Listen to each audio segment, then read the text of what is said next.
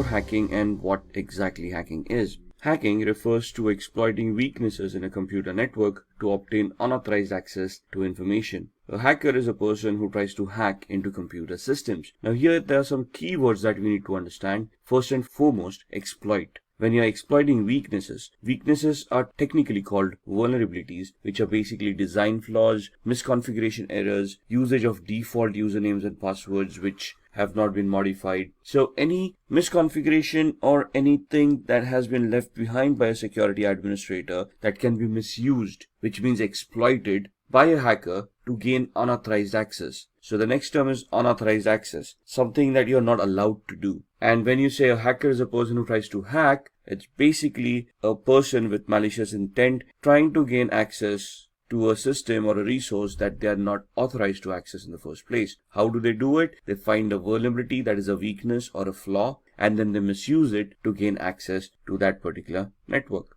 So here in the diagram, you can see that the sender on the left hand side is trying to send some data to the receiver on the right hand side. The hacker would try to gain unauthorized access to the transmission that is being sent and would try to capture the data packets and read the secrets within. Let's look at a business case scenario into hacking. Now there is an organization, everybody is going around their own business when they realize that their systems may have been compromised. Now they're trying to look at the customer data to ensure that that has not been compromised and trying to assure the customers. However, they do realize that some customer data has been lost and even the company reports have been modified as well. Now this is the scenario where there have been some security controls in place and those controls have been identified. They realized that there is an attack that has happened, and based on that attack they have realized that their data has now been compromised and their records have been modified by the hacker, which means that the data is no longer trustworthy and thus cannot be used by the business for any legal transactions. So then the hacker gives a call to the organization or gets connected to the organization demanding a ransom for the data to be replaced, to be taken back into the original state where it was trusted, and thus the organization can utilize it for business transactions.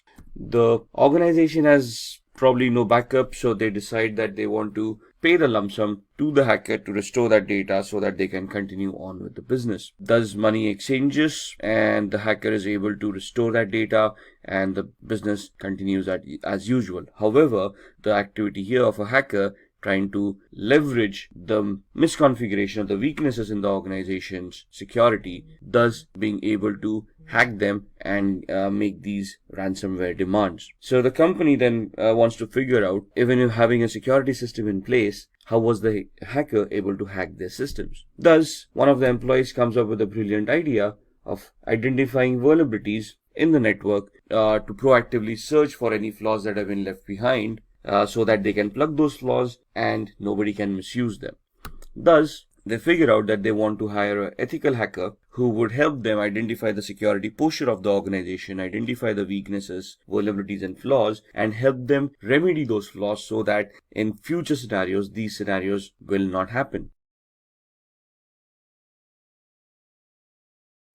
Let's understand what are the types of hackers. So, what are the types of hackers? Hacker is a technically skilled person who is very adept with computers. They have good programming skills, they understand how operating system works, they understand how networks work, they understand how to identify flaws and vulnerabilities within all of these aspects, and then they understand and know how to misuse these flaws to get a outcome which would be detrimental to the health of the organization. So there are 6 types of hackers that have been identified: black hat hackers, white hat hackers, grey hat, script kiddies, nation sponsored hackers, and hacktivists. So black hat hackers are basically the malicious hackers who have malicious intent and have criminalistic tendencies. They want to harm the organization by hacking into their infrastructure, by destroying their infrastructure, by destroying their data, so that they can gain from it from a monetary perspective. These guys are also known as crackers. The main aspect of these people are that they have malicious intent, they try to do unauthorized activities, and they try it for personal gain. Another important aspect to remember is that a black hat hacker will always try to hide their identity.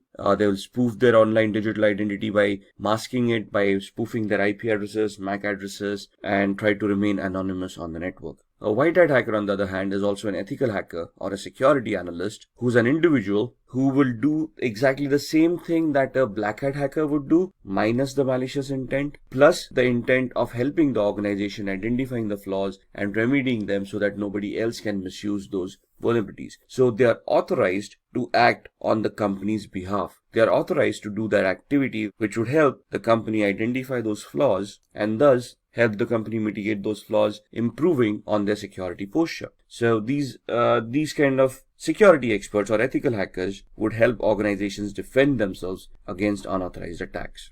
Grey hat hackers is a blend of both white hat and black hat hackers. So here they can work defensively and offensively both. They can accept contracts from organizations to increase their security posture. At the same time, they can also get themselves involved in malicious activities towards other organizations to personally gain or benefit from them by doing unauthorized activity. Script kiddies are people who are technically not much aware about what hacking is. They rely on existing tools that have been created by other hackers. They have no technical knowledge of what they're doing. It's just a hit or miss for them. So they just get their hands on a tool. They try to execute those tools. If the hack works, it works. Otherwise, it doesn't. So these people are basically who are noobs or newbies who are trying to learn hacking, or just people who with malicious intent who just want to have some fun or trying to impress people around. Then we have the nation or the state-sponsored hackers. As the name suggests, these hackers are sponsored by their government. Now, this may not be a legitimate job, but most of the governments do have hackers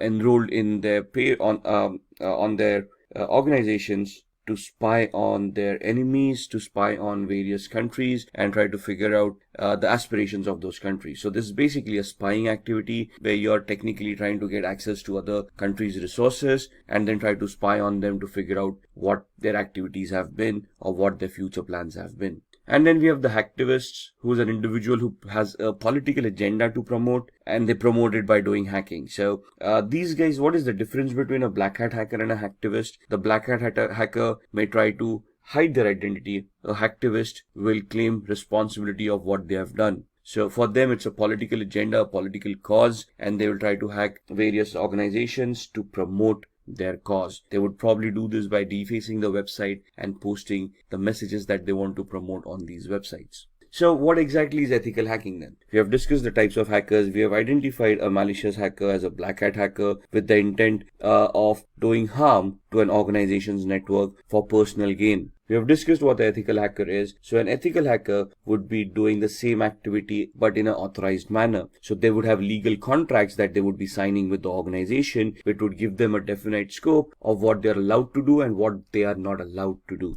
And the ethical hackers would function within those scopes, would try to execute those test scenarios where they would be able to identify those flaws or those system vulnerabilities, and then they would be submitting a report to the management of what they have found. They would also help the management to mitigate or to resolve those weaknesses so that nobody else can misuse them later on. They might use the same techniques and the same tools that black hat hackers do. However, the main difference here is that these guys are authorized to do that particular activity. They're doing it in a controlled manner with the intent of helping the organization and not with the intent of personal gains.